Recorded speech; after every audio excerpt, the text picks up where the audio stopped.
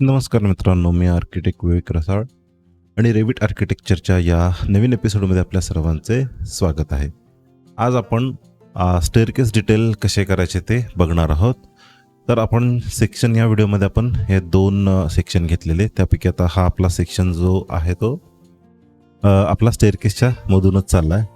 मग याच स्टेअरकेसला आपण काय करू, गो टू व्ह्यू करू, म्हणजे हा आपला सेक्शन 1 हा ओपन झाला इथे.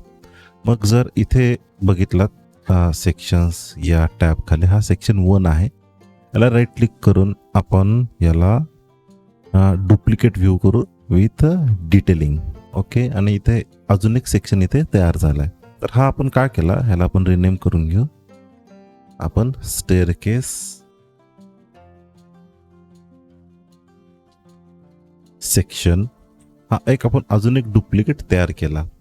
का? कारण आपल्याला हा जो सेक्शनचा हा व्ह्यू आहे हा एवढा नको आहे. आता मला हा समजा हा एवढाच घ्यायचा, मला फक्त स्टेअरकेसवरच मला कॉन्सन्ट्रेट करायचं आहे, म्हणून हा मी एवढाच घेतोय. मला हा एवढाच हवा आहे. ओके, आणि समजा यातल्या शॅडोज आपण ह्या अशा ऑफ करू शकतो, पण जर शॅडोज ऑफ केल्यात तर त्या एवढी डेप्थ येत नाही, मग मी सरळ शॅडोज ऑन ठेवतो याच्यामध्ये. ओके, आता आपण ग्राउंड फ्लोअरला जाऊ. ग्राउंड फ्लोअरला गेल्यावर आपलं हा एक सेक्शन दिसतोच आपल्याला, म्हणजे हा आहे तो स्टेअरकेसचा आहे आणि हा आहे तो आपला मेन सेक्शन बिल्डिंगचा आहे. तर ॲनोटेटमध्ये इथे हा ट्रेड नंबर म्हणून आहे बघा, आणि इथे जर क्लिक केला तर 1 ते 11 इकडे ट्रेड आला आणि इकडे एक ट्रेड आला. तेच स्टेअरकेस सेक्शनमध्ये गेलं की हा इथे एक नंबर आले आणि इथे नंबर्स आले. आणि जर यावर तुम्ही क्लिक केलात तर हा इथे याच्या प्रॉपर्टीज दिसतात ट्रेड आणि रायझरच्या.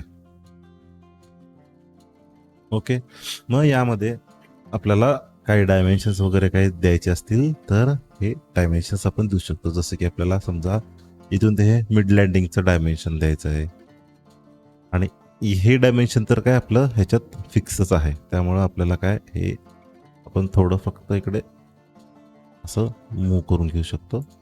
आणि हे जे स्टेअरकेस मिड लँडिंगचं आहे हे ते घेऊ शकतो.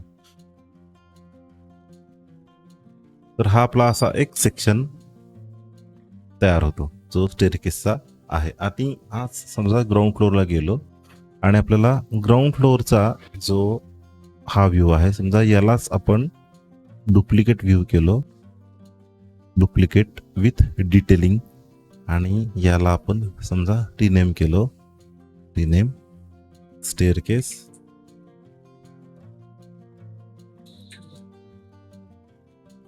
डिटेल्स किंवा स्टेअरकेस प्लॅन म्हणून.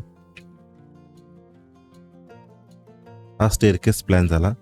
आणि इथे एक हा क्रॉप व्ह्यू नावाचा इथे एक बटन आहे बघा.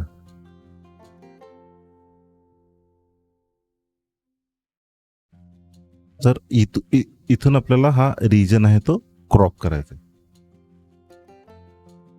तर हा क्रॉप व्ह्यू आपल्याला हा बघा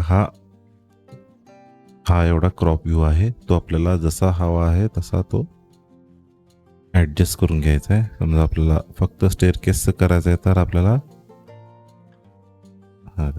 स्टेअरकेसच आपण एवढा रिजन आपण क्रॉप करू शकतो.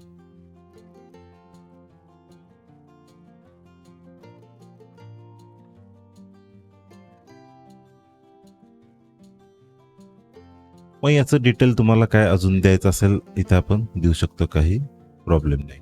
म्हणजे आपण ज्यावेळेला प्रिंट काढतो किंवा PDF करतो ना, तर त्यावेळेला आपण फक्त एवढंच दिलं, किंवा ज्यावेळेला आपण शीट अरेंज करतो ना त्यावेळेला आपण फक्त हे एवढंच आपण त्या शीटमध्ये दाखवू शकतो. किंवा स्टेअरकेसचं डिटेल आहे हे, समजा हे थोडं आपण इकडे घेतलं, म्हणजे हे कॉलम सुद्धा, म्हणजे कॉलम पासून याचं माप वगैरे हे सगळं आपल्याला याच्यात देता येतं.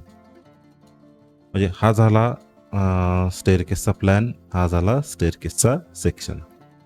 आपल्याला हवं तेवढंच आपण इथे दिलं. शीटमध्ये आपण अरेंज करू शकतो एका की स्टेअरकेस डिटेल नावाचं एक आपण सेपरेट शीट तयार करू शकतो. तर स्टेअरकेस डिटेल्स हे ॲडबिटमध्ये असं करतात. तर व्हिडिओ इथपर्यंत आवडला असेल तर लाईक करू शकता. भेटू पण नेक्स्ट व्हिडिओमध्ये.